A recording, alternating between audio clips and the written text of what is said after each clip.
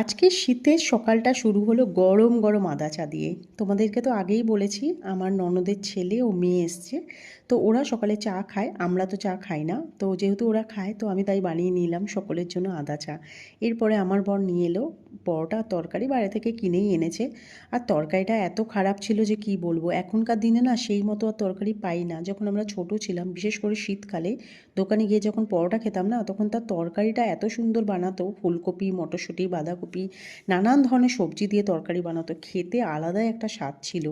এরপরে আমি দুপুরের রান্নাবান্নাটাও সেরে নিই। আর আজকে দুপুরের রান্নার মধ্যে ছিল হলো পালং শাক, আর তার সাথে ছিল হলো ডাল আর বড়ি ভাজা। আজকে মঙ্গলবার তো তাই নিরামিষ ছিল। আর এরপরে আমি রাতে, এটা হলো রাতের ক্লিপ, আমি রাতের বেলা রুটির সঙ্গে খাওয়ার জন্য আলু আর ফুলকপির তরকারি বানিয়ে নিই। বেসিক কিছু মশলা দিয়ে বানাই। আর সত্যি বলতে ফুলকপিটা আমি এতটাই ভাপিয়ে নিয়েছিলাম, পুরো গলে গেছে। ফুলকপির আর নামো নিশানি পাওয়া যাচ্ছিল না তরকারিতে। আর নামানোর আগে জাস্ট একটুখানি ঘি আর গরম মশলা দিয়েই করেছিলাম। বেশ ভালো লাগে যখন নামানোর আগে ঘি গরম মশলাটা দেওয়া হয় না, বা সারা বাড়িতে বেশ গন্ধে করে। আর যেহেতু ছুটি চলছে, তাই আমার ছেলে তো সবসময় বাইরের খাবারের দিকে এক পা বাড়িয়েই থাকে। আর ছুটির দিনে ওকে কিছু বলা যায় না, এমনি দিনে তো আমি খেতে দিই না, স্কুল থাকে বলে। ছুটির দিনে তোর বাবার কানের করে ঘ্যানর ঘ্যানর করে, সন্ধেবেলা হলে সকালবেলা হলে শুধু এটা পরোটা নিয়ে আসো, বাইরে থেকে চপ নিয়ে আসো, সিঙ্গারা নিয়ে আসো। তো অনেক দিন পরে আমার বর বলল, ঠিক আছে তুই এতবার করে বলছিস, তাহলে আমি নিয়ে এসে দিচ্ছি। তো এর জন্য বর নিয়ে এসেছিলো বাইরে থেকে চপ, সিঙ্গারা, ফুলুরি। আমি শুধু ফুলুরি আর সিঙ্গারাটা খেয়েছি। আর অনেক দিন পর এত সুন্দর স্বাদের একটা ফুলুরি আর সিঙ্গারা খেলাম যে কি বলবো, প্রচণ্ড সুন্দর ছিল।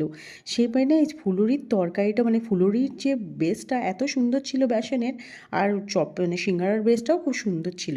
এরপরে আমি চলে আসি হচ্ছে রুটি ভাজতে। আর আমি না একদম গোল রুটি বানাতে পারি না। মানে এইটা আমার কাছে কখনোই হয়ে ওঠে না। আমি খুব সুন্দর ঘরের কাজ করতে পারবো, ঘর গোছাতে পারবো, রান্না তো করতেই পারি, সব করতে পারবো, কিন্তু গোল রুটি বানাতে পারি না। আর আমার বর এর জন্য মানে রুটি বেলে দেয় আর আমি ভাজতে লাগি। এটা কোনো লজ্জার কিছু নেই, সবাই সব কিছু করতে পারবে তার তো কোনো মানে নেই না, কারো না কোনো মানে কারো না কোনো কিছুতে তো প্রবলেম থাকতেই পারে। তো এটা হলো আমার কাছে সবচেয়ে বড় প্রবলেম, আমি কখনো রুটি গোল করতে পারি না। তো যাই হোক, সকলকে খাবার বেড়ে দিই, সবাই খেয়ে নেয়। দেন আমিও খেতে বসে পড়ি। আর এই যবে থেকে একটু বেশি ঠান্ডা পড়েছে না, তবে থেকে একটা প্রবলেম হচ্ছে কি, শুধু মনে হয় খাবারের পর না একটু কিছু মানে মিষ্টি হলে ভালো হতো। আর এটা এতটাই পরিমাণে বেড়ে গেছে, যেটা আমার মনে হচ্ছে যে এবার নিউ ইয়ার রেজলিউশন নিতে হবে যে মিষ্টি খাওয়া বন্ধ করতে হবে। তো যাই হোক, তোমরা ভিডিওটা দেখে ভালো লাগলে একটা লাইক করে দিও।